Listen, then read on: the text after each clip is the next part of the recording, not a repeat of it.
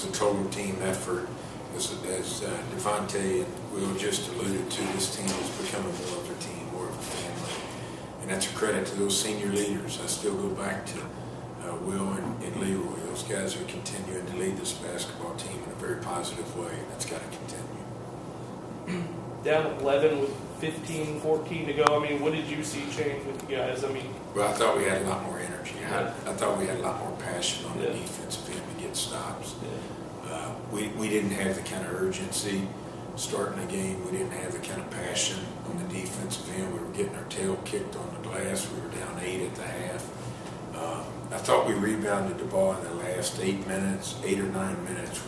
We were down 9 on the glass at one point in there, and we finished down 4 on the glass. And I don't think we win the game if we don't win that last 8 or 9 minute segment on the glass. That rebounding basketball is very important to this team.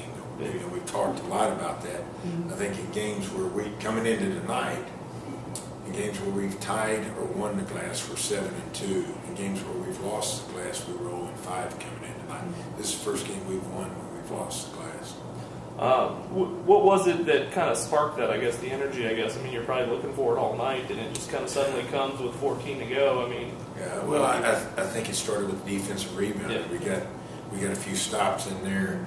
A couple times we were able to push it in transition. Kimmy Osei hit a huge shot coming off the stagger at one point in there. And I think, you know, when you look at Devontae Smith, I mean, he sparked us as well. I mean, for a guy to play 40 minutes and have 6 assists, 1 turnover in 40 minutes. I think back to when JT went down with his injury. JT was our starting point guard. And at that time, he had started all 4 of those games. We've now been 11 games without JT. And I think after the night, what was it you were telling me, Patrick? Coming into the night, I think he had 35 assists and 11 turnovers. So now, Devontae, since JT has been gone, he's had 41 assists and now 12 turnovers. 12. 12. You need to 32 go back. would be a bad number. You need to go back to elementary math, if you will. Patrick, we're Eastern Kentucky. Central Kentucky. Central Kentucky. Public schools, there's nothing there. That's why.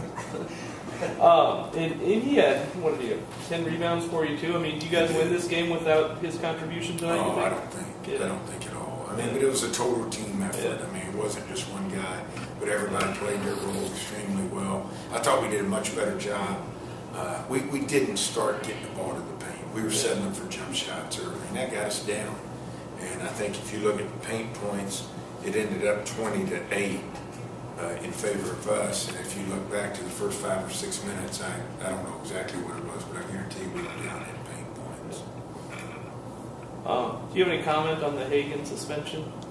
What it was that he did after the game on Saturday? Yeah, well, the only thing I'll say is we've got to win with class, and Josh is a classy young man. He's an excellent young man. We're excited that he's a part of our family and in our program. He knows he made a mistake after the game. At UTA, he's very apologetic for it. We're excited to get him back tomorrow. Did that change your plan quite a bit? I mean, when did you know about it? Obviously, the announcement was about 3 o'clock today, but well, I found out today as well. Yeah. Does that change quite a bit? I mean, obviously, that's a big piece you're missing. You're probably worried about scoring and everything else he brings. Right? Yeah. Anytime you lose your second leading scorer, and when your starting point guard is sitting over there in sweats as well, for the last 11 games, you know Devontae's going to have to play the entire 40 minutes. I mean, I thought Devontae did a great job of showing his hands, guarding the basketball, and not fouling. That's why I told him coming in, we can't get him in foul trouble and have success tonight. We had Ben as a backup who would slide to the point, but Ben's much more comfortable at the 2.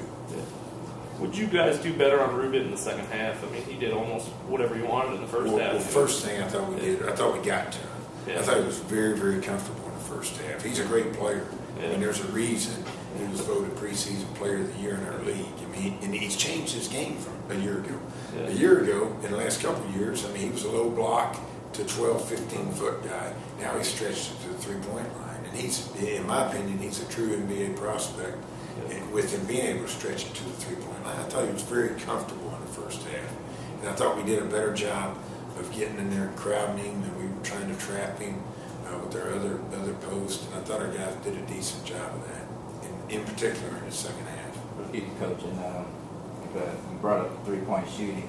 How did you keep the guys focused after that 2-point barrage or to just start the game?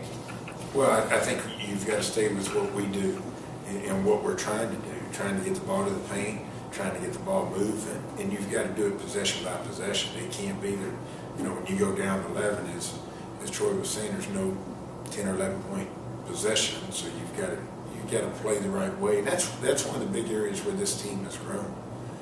Early on, we didn't play possession by possession, and we tried to get it all back at once, and we got in situations where we tried to get it all back individually a lot of times in the early season, and that's where I've seen a lot of growth with this team.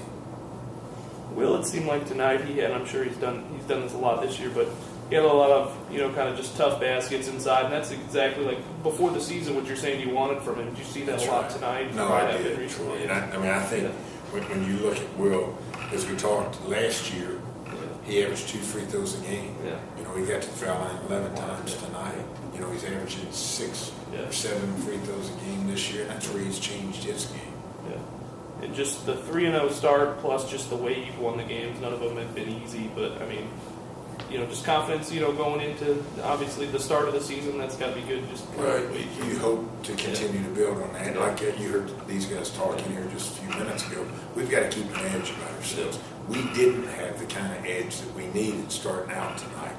And every conference game is a possession game. A lot of them end up coming down to a possession here or there, and you've got to be able to get stops if you're going to win tight conference games. And we've been solid in games decided by 5 or fewer points this year. We've got to continue to be. Is that it? Thanks, guys. Thanks.